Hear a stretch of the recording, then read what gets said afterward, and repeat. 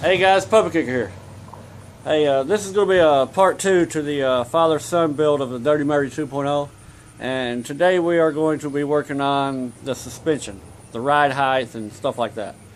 But without further ado, let me spin you around here and give you some shout outs first.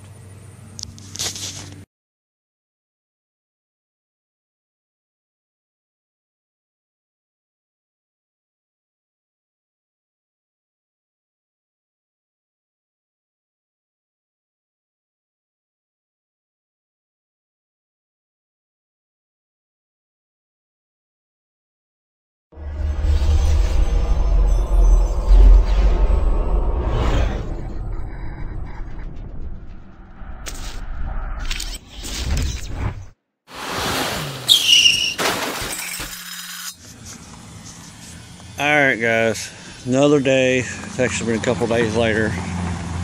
I think I've actually decided to go ahead and scrap the idea of using this frame, this body. I don't like how much flex it has and how much work it's going to get to make it not have any flex. So I think what I'm going to do is use this old frame, the 1960 Huffy frame. I've already boxed it in on the inside, so it's stiff. It's not got any flex. So I think I'll just take the front end and the rear end and put on here, and then I may either take the rear fenders off of that one and put on here, or I may just use the old Murray body. The old Murray body's got a pretty decent looking hood. I think it'll look a little bit tougher. So let me get this rear end cut out of here and have his frame just setting up on top of the front and rear axles of the little Chinese four-wheeler, and then we'll come back. Alright guys, y'all have to forgive me. I changed plans again. I'm going to go back to using the other frame. I figured a way I could stiffen it up pretty easy, but sorry for changing plans on y'all all of a sudden today. Today is not a really great day. I lost my mom about 5 years ago, and today's her birthday, so I'm trying to do something to keep my mind busy. But I mean, it's hard, but good Lord help me through it. But this is what we're going to do so far. I've got this setting back up on here. I took the rear end and the front end off, and I've got the rear end lowered a little bit. I think it's going to come up just a tad, not a whole lot. Just enough to where when he sits on it or he hits a bump, it's not going to compress and, you know, rub the fenders with the tires. The front, I think I'm gonna either go on the inside of here, inside the frame, and weld some steel, some square tubing, or on the outside right here. But I'm still gonna make me a channel and then come around the front here. That way it's stiff, and go back on the other side, and then I'll tack weld the front to that and brace it up better and stuff like that. That should work pretty good. I've still got to figure out a spot as to where I'm going to put the gearbox. It'll be underneath, but I probably have to end up cutting a hole through here so he can change the gears. But that's what we've got so far. So let me get back to stewing on how I'm going to do this front end and boxing this frame in a little bit better, and I'll come back. Alright guys, it's Puppet Kicker. I'm sorry y'all, we kind of got carried away, but let me spin you around here and I'll show you what we've got done. That's the stance of it right there, if my son will. Hang on, let me wipe this lens. Alright, bounce up and down. If you can see, he's got pretty good, you know, give to it. I'll spin you around back here and let him bounce up and down.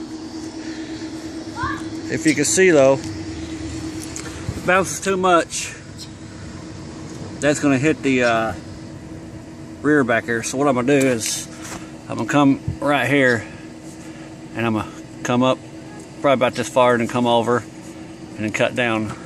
That way none of that will hit if it does, you know, flex so much. But other than that, I think it's working out pretty good.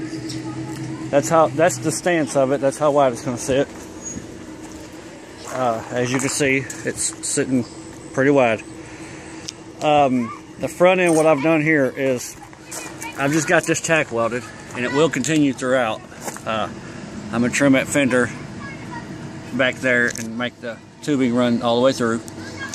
It's going to come all the way down this frame, and it's already stiffened this frame up a whole lot. I mean, it's barely got any flex right now, but I'll put some more on there. Up here at the front, what I've done is I cut a 15-degree angle in it and shot it up through here, and I trimmed this front piece off.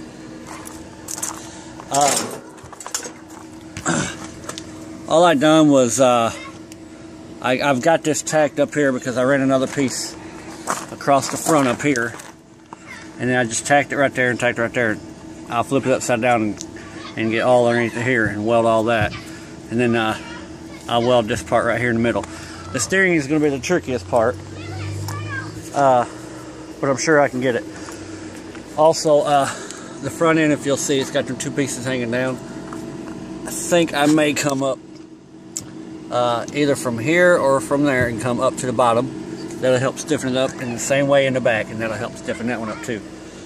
So far, it's working out good. We're liking it. I think it looks pretty neat. He likes it. I'm sorry I did not record it. Y'all please forgive me, like I said. My mind's not really been all there today. Today's, like I said earlier, a real bad day for me, but this is just keep my mind occupied, and I just kept plugging away.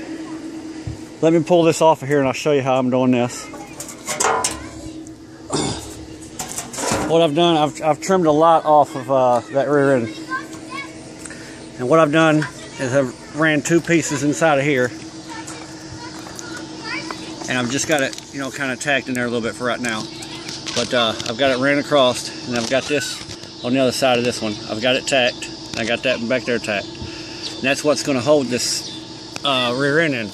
Other than these two pieces, this one and this one right here, you can see my finger down there. I'm a weld of support from there up to the very bottom underneath of here. And that should stiffen this frame up plenty enough for him to go, you know, riding around and playing around with me. So the gearbox, I've not figured out anything for that gearbox yet. I may have to I don't know yet. That's gonna be the tricky part. Like I said, this is all new.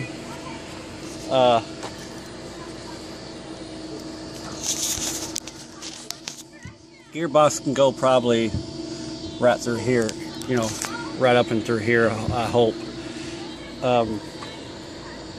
But we'll figure it out.